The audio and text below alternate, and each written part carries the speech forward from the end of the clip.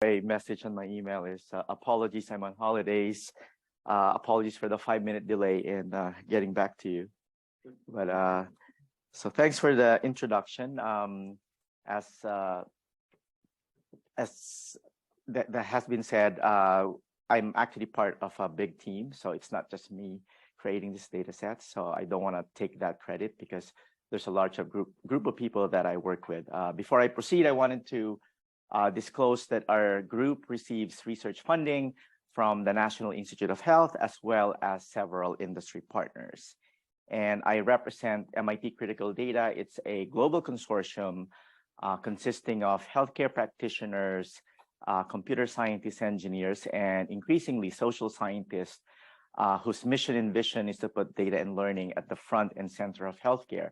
We believe that data and learning are actually the best medicine, the best treatment to improve population health. And how do we do this? We build communities across disciplines to really take advantage, leverage the data that is routinely collected in the process of care. And this consortium is led by our laboratory at MIT, the Laboratory for Computational Physiology. I'm hoping that people here are familiar with MIMIC and eICU, CRD.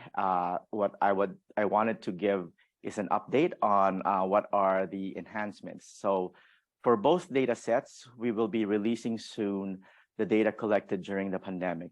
I wanted to call it Pandemimic, but I got vetoed and they said, no Pandemimic. They're calling it Mimic 4+ because it would focus on 2020 through 2022. And the same thing with the eICU CRD, we will be releasing that during the SCCM in San Francisco in January. So this is the eICU CRD 2.0, and that will contain data until December of 2021.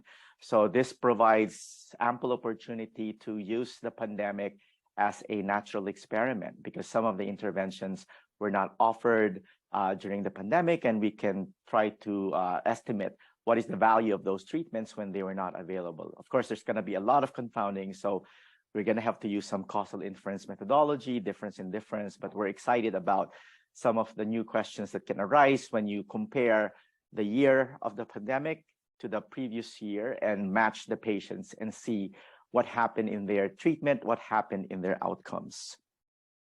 Our biggest contribution, I think, is not the data set. The biggest contribution is creating that community by providing a code repository. So for both MIMIC and eICU, we have GitHubs and Jupyter notebooks and codes already that have been written to identify patients with sepsis, patients who develop acute kidney injury. So it lowers the barrier for starting clinical research. People don't have to start from scratch because they could reuse a lot of the queries that have been written.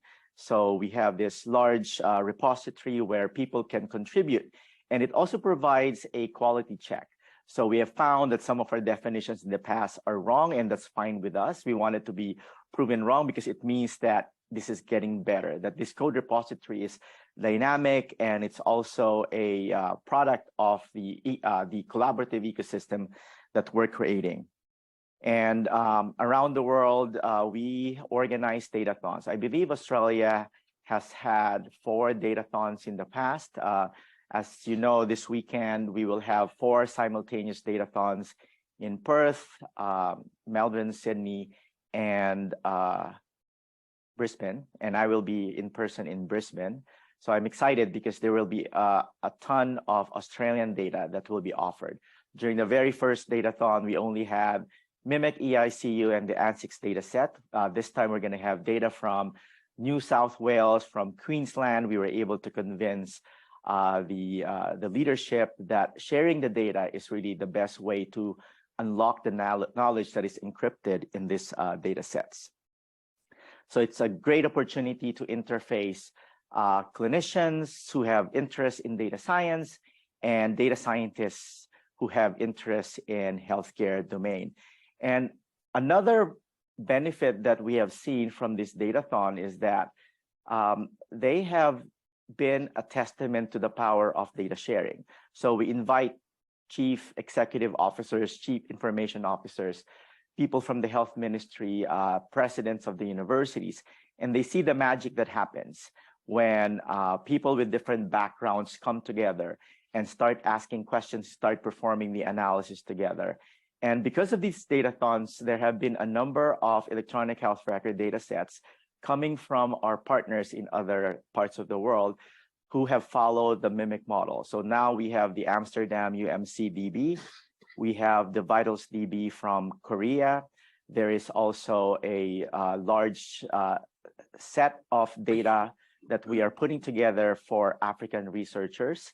So we are working with colleagues in Uganda, in Ghana, in Kenya, and we will be offering first ophthalmologic images and colposcopic images for cervical cancer screening that will be shared with the rest of the research community in Africa and the rest of the world too. So I think that these datathons are not just fun. People think like, oh, you do that because you get to travel and you get to make new friends, but they're also changing the culture. They're transforming the way we work together. And I think that's a much better investment than just getting the Amazon Web Service platform or the Google Cloud platform. Technology advancements are necessary, but we also need to invest on the people. We also need to invest in forming those communities. So our goal within MIT Critical Data is to revamp the way we build, create, and validate medical knowledge, because medical knowledge is the one that informs how we care for patients in the intensive care unit or in the outpatient. And everywhere you go, the medical knowledge that informs treatment decisions, diagnostic decisions, are primarily coming from biomedical research. And at the top of the hierarchy, as you know, is the clinical trial. But as we also know, clinical trials are very much flawed because the representation of people who participate in clinical trials is really imbalanced. So there's this study that looked at how many of participants in clinical trials are representing most of the world, and the answer is not much. In 1997, 92% of participants of clinical trials are white. This improved somewhat so that by 2014, that number went down to 86%. Still, this is not acceptable. We know that as of 2015, 75% of the world live in Africa and Asia who are not represented in clinical trials, and yet they deploy guidelines coming from professional societies who use these clinical trials as their reference for coming up with those guidelines. And then right next to the clinical trial is the observational study. And the mother of all observational study, as you know, is the Framingham Heart Study that has really informed the way we diagnose, prevent, treat cardiovascular disease. And this has been a very valuable resource. The Framingham Heart Study has been going on for 70 years. It's produced more than 4,000 publications now, and it has enrolled more than 15,000 residents of Framingham, Massachusetts. But what's wrong with the Framingham Heart Study? 99% of people who live in Framingham, Massachusetts are white. And let's put that into context. So there's been a lot of cohort studies from the Framingham Heart Study that allows us to come up with guidelines for treatment of hypertension. In the United States, there's more hypertension among Black patients. So 45% of Black patients would develop hypertension in their lifetime compared to 1 in 3 white individuals. But most of the guidelines for the treatment of hypertension is based on studies involving middle-aged white males. Will outcomes improve with precision medicine through genomics or artificial intelligence? The answer is definitely not if precision medicine are saddled with the same issues as clinical trials and observational studies. This influential Nature paper found that 87% of participants in global genomics projects are of European descent. So what about our colleagues and our partners in Africa and Asia? So are they going to be benefiting from any innovations that come from genomic research? Chances are nope, because they're not included in the cohort of genomic studies.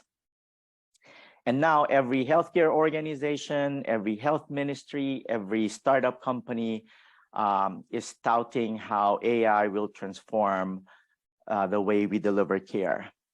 And of course, this has attracted a lot of investments. In 2020 alone, Amazon, Google, Apple, and Microsoft collectively invested $3.7 billion into healthcare AI. And this is now up to more than $5 billion a year being invested in healthcare AI. Do we have evidence that AI is improving health outcomes? The answer is no.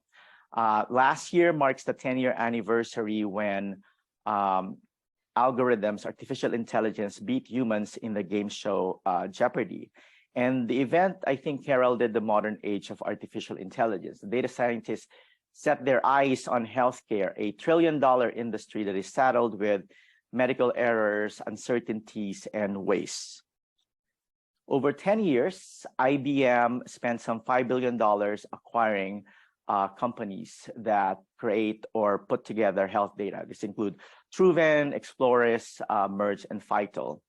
But having a vulgar amount of data is one thing. Curating that data with an understanding of local practice patterns is another.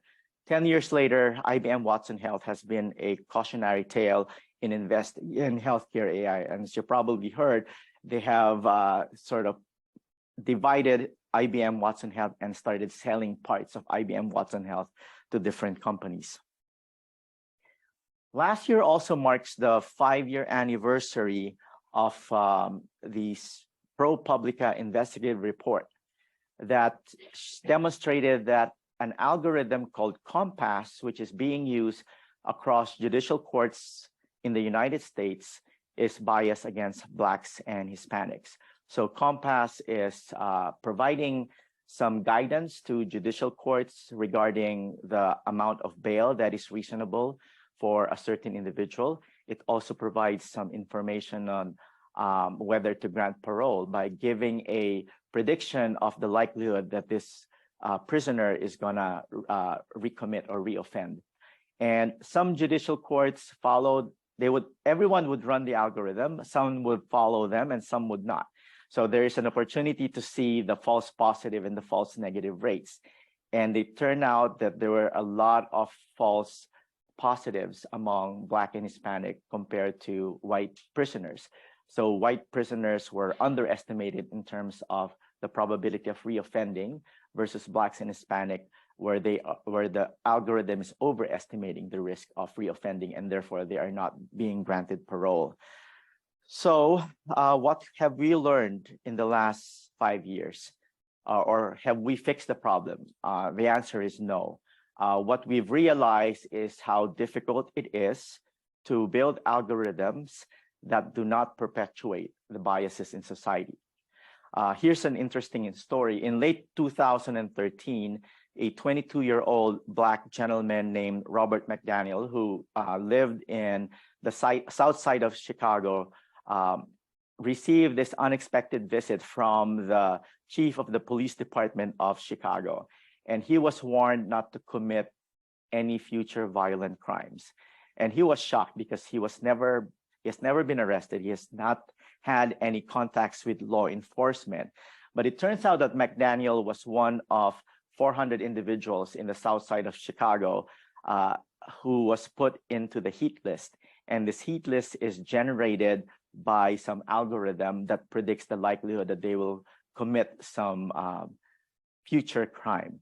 And this is one of several predictive big data suites that are being used in police departments, not only in the United States, but it's also in Europe. So the healthcare sector has seen a proliferation of algorithms, sometimes deployed across large health systems without any robust or transparent evaluation for bias. These are a couple in the UK that have really been attracted some of the critics of the way health data science is being deployed in the NHS, because these algorithms have not yet undergone a thorough evaluation of 4 errors, false positives, false negatives, and also thorough evaluation of how they perform among marginalized populations. And when we have heard horror stories when proprietary algorithms are evaluated in patients outside the original training cohort. These are 2 examples of epic algorithms. One is to predict clinical deterioration, and the other one is to identify sepsis that are missed by clinicians. When they started to look at how it performs at University of Michigan, they found very unacceptable rates of false positives and false negatives. And yet they were deployed during the pandemic without much oversight.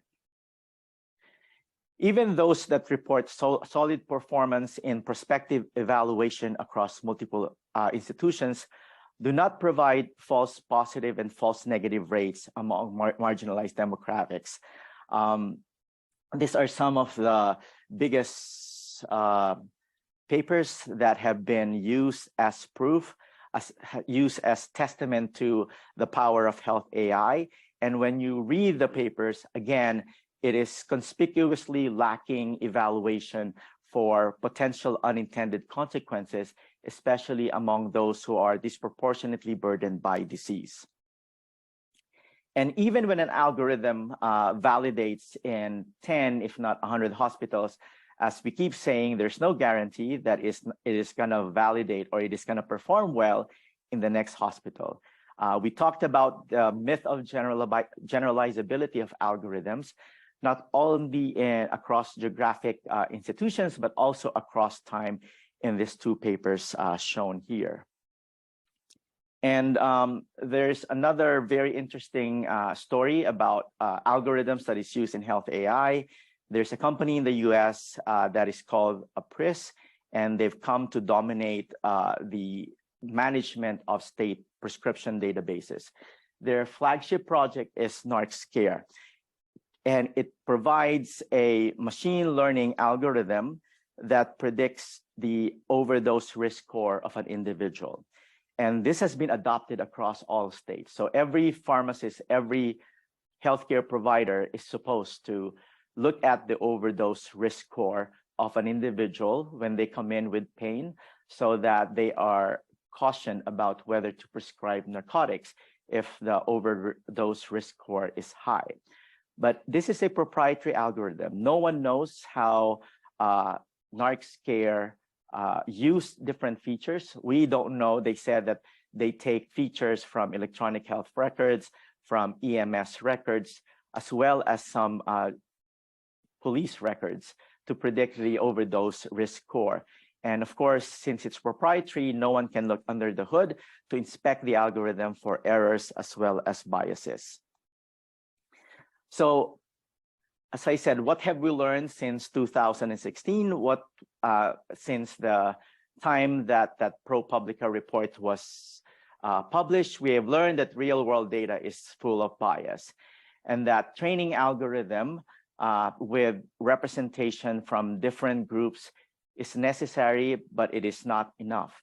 Having, for example, Blacks and Native Americans and Hispanics in our database in the United States will not guarantee that we will not perpetuate any biases or any inequities that exist. We keep telling our colleagues in the machine learning community that this is not a machine learning problem, that you cannot fix this with GANs or some other fancy methodology. And we really need to bring in the social scientists because they understand the problems more than we do. The other important thing to consider is that our understanding of health and disease, physiology, pathophysiology, mechanisms is based on research that is also biased. We're understanding that now, like our understanding of Alzheimer's disease, for example, is primarily based on clinical manifestations and disease trajectories among white individuals. And that decision-making as captured in electronic health records is laced with tons and tons of implicit human bias. And finally, more recently, we have been focusing on medical device and health technology, which also provides another layer of bias because they are designed around an exclusive demographic. So as I mentioned, we need to be careful when we're invoking mechanistic models, because a lot of those mechanistic models, as we know, are also based on data. Mechanistic models are not coming out of nowhere. They're based on observations, and they're based on observations that predominantly would involve a certain demographic, a majoritized demographic. When we train a model to optimize a treatment, the assumption is that we're treating similar patients with similar treatments. And that's why we can now predict the outcome by looking at different outcomes across different groups of patients based on their demographics and based on their diseases, demographics that are related to the disease. But what we've also learned is that similar groups of patients are treated differently depending on where they are. And these are two papers that came out from our group showing nicely that patients with sepsis receive different treatments across hospitals in the United States. So what happens now if you put all that data into transformers and you're just looking for associations and patterns? Of course, you're going to come up with predictions and optimizations that are likely going to perpetuate the inequities that we're seeing now. Some groups are historically marginalized in a lot of societies, and in the United States, this would include the morbidly obese, as well as those who belong to the LGBTQ community. For example, we find that using audio-recorded outpatient encounters in urban primary care centers, that primary care physicians establish less rapport, spend less time with morbidly obese patients compared to normal weight individuals. Regarding trans individuals, there's a huge 2015 survey that found that 1 in 3 of trans individuals receive suboptimal care, including being refused treatment by a healthcare provider. So what happens when you put all this data into some autoencoder or transformer? This paper shown here demonstrates that there's also an effect of the concordance between the patient and the provider when it comes to outcomes. So that could be concordance with respect to sex. We have seen a paper showing that female patients have better outcomes when operated on by female surgeons. We don't see any difference among male patients, whether or not they were operated by a male or a female surgeon. We've also found a better outcomes if children are cared for by a provider within the same race ethnicity. So these are the things that we need to think about when we're starting to look for patterns in the data to come up with prediction, optimization, or classification algorithms. Within institutions, we find evidence of implicit bias as well with regard to the use of diagnostic tests, frequency of testing, as well as treatments across different demographics in the ICU. With our colleagues from University of Toronto and the Amsterdam University Medical Center, we investigated a number of thresholds for mechanical ventilation. And what we found is compared to white patients, minority patients, Blacks, Hispanics, and Asians are less likely to be intubated after meeting thresholds for mechanical ventilation. And it doesn't stop there. It gets more complex than that. The relationship between the likelihood of a certain treatment with the race ethnicity is far more complex than we thought it is. This is an interesting study that we're hoping to wrap up and submit for publication soon. This is looking at 3 different interventions in the intensive care unit and looking at their use and their outcomes across different illness severity as estimated by the SOFA score, or sequential organ function assessment. So we looked at mechanical ventilation, vasopressor use, and renal replacement therapy in different categories of illness severity based on their SOFA score. And we computed their average treatment effect using a causal inference methodology called targeted maximum likelihood estimation.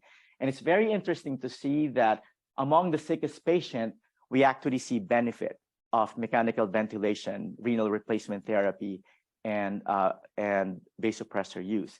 But as the illness severity goes down, we start seeing harm of these invasive interventions.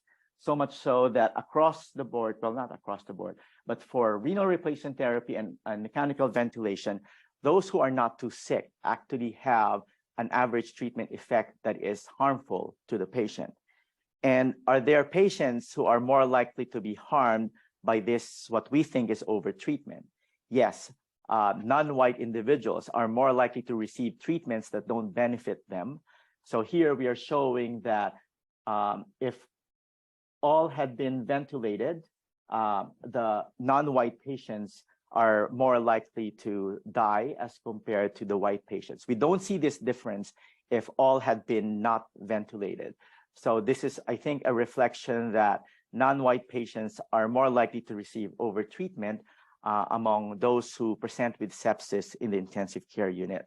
So these relationships are very complicated. You cannot just lump them, and it's going to be hard to be able to figure this out on our own. Like, we're only able to do this because there are so many groups who are looking at mimic data and eICU data from multiple lenses. And finally, there's another source of bias that I had alluded to earlier, and this is bias as a result of the equipment that we use in the intensive care unit.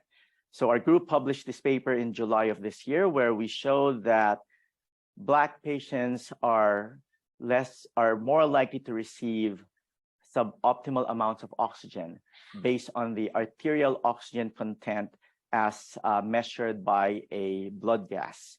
So there's a difference in the amount of oxygen that we're giving based on the ground truth, which is the PO2 in their arterial blood gas.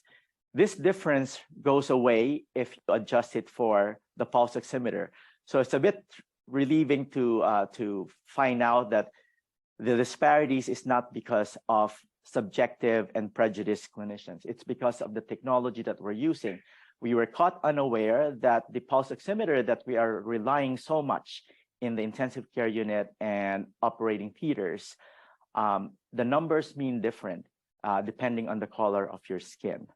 And previously last year, we showed nicely, or we discussed this concept of hidden hypoxemia. So hidden hypoxemia is when the pulse oximeter is saying that you're fine, your pulse oximeter is 90% and above, but when you look at a blood gas a few minutes before or after, and there has not been any intervention, we find that their oxygen saturation, arterial oxygen saturation, is actually low. They're actually hypoxemic. And people are asking, well, why don't you follow the arterial blood gas? Well, in our ICU, we don't have point of care testing. So in order to get the blood gas, we have to send it to the lab, and we don't receive it until 30 minutes later. So we seldom based at least our choice of how much oxygen to give on arterial blood gas. We rely on the pulse oximeter, and this is why we found that we were giving less oxygen compared to the actual amount of oxygen in the bloodstream of the patients. So medical devices that perform differently across different demographics are a huge cause of bias lurking in real world data. And we think that pulse oximetry is just the tip of the iceberg. And of course, we were correct, because last month, there is this paper that got published that showed that temporal thermometers are also biased against people of color, that the temperature is different among individuals of color compared to white individuals, compared to core temperature. So there are two measurements. There's one ground truth, and we found that this particular measurement is perhaps less accurate among those of color. And we think that every technology that uses infrared sensing is probably biased against patients of color. In the spring of this year, we published this paper that garnered a lot of attention from the media. And this is a paper where we demonstrated that it is trivial to train computers to identify the race ethnicity of the patient based on a medical image alone without any clinical data. So we remove any information embedded in the DICOM images. We made sure that there's no names or age or anything else in there. We did not give any clinical data, and yet the computers were able to identify whether that medical image belongs to a white individual or a Black individual. That is, those are the groups where we had the highest discrimination. And the most perplexing thing is we couldn't figure out how the computers are doing it. Initially, we thought it could be the disease distribution. Maybe all the chest x-rays with pneumonia belong to the Black patients. So what we did was we performed an experiment where we only looked at chest x-rays with pneumonia, and the computers are still able to tell whether that belongs to a Black patient or a white patient. Maybe it's the age distribution, because as we know, you could actually determine the age from a chest x-ray based on the bone density. So we looked at images coming from patients with the same age, and still the computers could figure it out. We even played around with the image spectrum, and the computers are very smart. Even when you lower the image spectrum, it could still predict what race, ethnicity of the patient is. And our current hypothesis right now, and I think I mentioned this during one of the dinners, is that we think that this is because of how medical imaging equipment are designed. So every equipment would use a normative data set, so test subjects to optimize the technology. And when we were interviewing makers of CT scanners, it turns out that usually the test subjects are white individuals. So they optimize the technology on white individuals. And we think that the computers are detecting some noise when the image is taken from a non-white male individual. So we have a huge problem here, because if computers can figure out sensitive attributes that we're hoping to hide from them so that they don't use them to make decisions, then chances are they will use those features in making predictions, classifications, or optimization. I usually tell the story of clever hands at this point, but I suspect people have heard of clever hands. Yes? Okay, I guess I'll tell it. So Clever Hands was an Arab stallion, and he was bought by this retired schoolmaster, Wilhelm von Osten. And he was bored during his retirement, so he started teaching Clever Hands to identify numbers 1 to 9. And he started teaching him simple calculations such as addition, multiplication, subtraction. And he was amazed to see that Clever Hands could figure out the answer. So he took the horse in road shows, and people were amazed. But it turns out that Clever Hands was not performing the task. He could detect the heartbeat of Wilhelm von Osten and the people around him. So every time Wilhelm von Osten would point to the right answer, he gets excited, everyone gets excited, and Clever Hands picks it up. So when they blinded Wilhelm von Osten and the audience nearby of the question, so Wilhelm von Osten is just randomly pointing at numbers. He doesn't know the answer. It turns out that Clever Hands was not clever at all.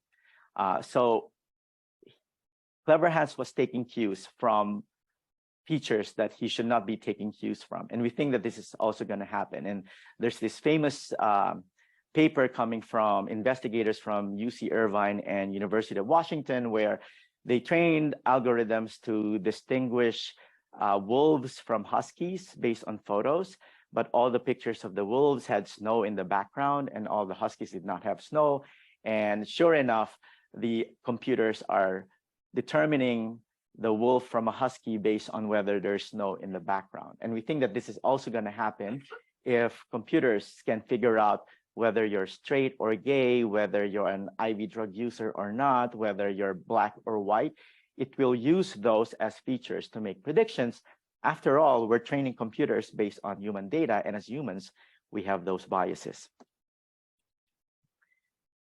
Given how complex bias is encrypted in real-world data, so this would include the structural racism to provider subjectivity in decision-making, to health technology that performs differently across demographics, it is important to really get the data into the hands of as wide a variety of expertise and perspective.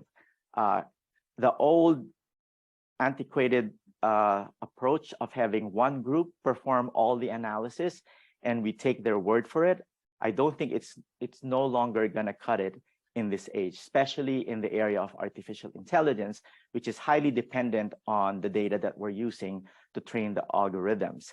I think that data sharing has to be at the core of artificial intelligence in healthcare, of data science in healthcare. And I think a transparent and open way of analyzing the data is the only way to go. This is the only way that we could gain societal trust, the trust of our patients. When access to health data is limited to one group, then we cannot rely on the data curation that happens. We are not guaranteed that the people who curated the data understood the biases that lays the real world data. And that could lead to model misspecifications and flawed algorithms. And what we get is artificial intelligence perpetuating the disparities and the inequities that we see now, and our billion-dollar investment on healthcare AI is going into bust. Lawyers and decision makers often use the risk of patient re-identification as the reason why we shouldn't be sharing data. So we have a paper that got published last week where we quantified what is the real risk of patient re-identification through publicly available data sets. We partnered with Media Cloud, which is a group that collects news articles from around the world, and they've come up with algorithms to identify different topics, for example. So they're the experts in this area, and we asked their help. Can you help us look for news articles of someone being re-identified from a publicly available data set? And there were some, but they were not health related. So it wasn't health data or it wasn't a health database. In fact, we found 0 case of someone being re-identified using health data from 2016 to 2021. And we contrasted that with the number of people whose electronic medical records were breached because of poor cybersecurity. And that number is close to 100 million patients. So it's 0 patient on one end versus 100 million patients whose records were breached. So what we're saying is that the risk of re-identification is not 0, but it's minuscule with the real risk that we should be concerned with, which is the risk of data breach. And we always say that making a data set publicly available is a disincentive to the nefarious players. No one wants to hack Mimic because you could access Mimic if you just apply for access. So what the nefarious players are looking for are data that is not being shared. So the bias that exists in real world data, those that are due to structural racism, implicit biases by subjective decision making, and differences in practice that are often too trivial and are often overlooked. These are, as I mentioned, very complex for one team to truly understand. And for this reason, data curation, data processing should be performed by different teams, not by a single team. Otherwise, I think we will be heading the wrong direction. And more than any other field in healthcare, I think AI research needs more diverse teams. And let's also ask ourselves, are we truly diverse, or are we diverse in appearance only? We have to have cognitive diversity, and that is defined as diversity in information processing styles as well as perspective. And it's not predicated on sex, on age, or on race, ethnicity. Cognitive diversity stems from lived experiences, not learned experiences. We may think that we understand the problem because we read the books, or we probably even wrote those books, but expertise is different from perspective. And I learned of the word metadata from Mahima, who's not here, not metadata, meta empathy from Mahima, who is not here.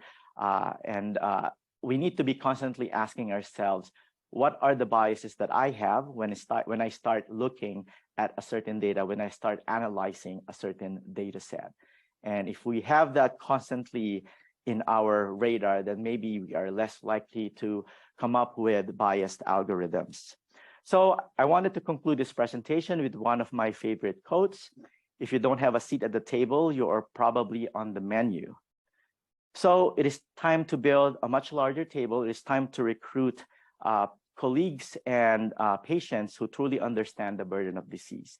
And with that, I'm happy to answer any questions.